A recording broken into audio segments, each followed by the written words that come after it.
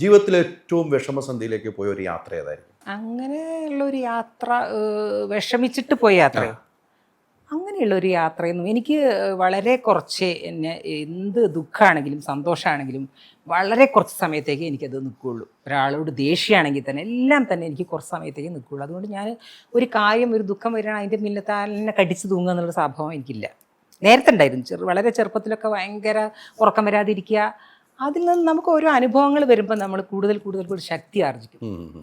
പിന്നെ ഒരു സ്ത്രീകൾ മിക്കവാറും അങ്ങനെയായിരിക്കും. ഒരു പരിധി വിട്ടാൽ പിന്നെ തകർക്കാൻ പറ്റില്ല, എല്ലാം അങ്ങോട്ട് കളയും.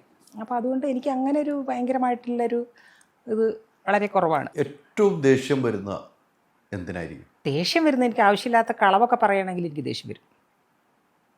ആവശ്യമില്ലാത്ത കളവുകൾ പറയുന്ന ആൾക്കാരെ എനിക്കിഷ്ടമല്ല. ഇഷ്ടമല്ല. ഏറ്റവും കൂടുതൽ സന്തോഷം വരുന്ന മുഹൂർത്തം എപ്പോഴായിരിക്കും? സന്തോഷമുള്ള മുഹൂർത്തം എനിക്ക് എപ്പോഴും കുട്ടികളായിട്ട് ഇരിക്കുന്ന സമയം തന്നെ. കുട്ടികളായിട്ട് അല്ലേ? പിന്നെ യാത്രകൾ പോകും, ഫ്രണ്ട്സിൻ്റെ കൂടെ യാത്ര പോകുമ്പോൾ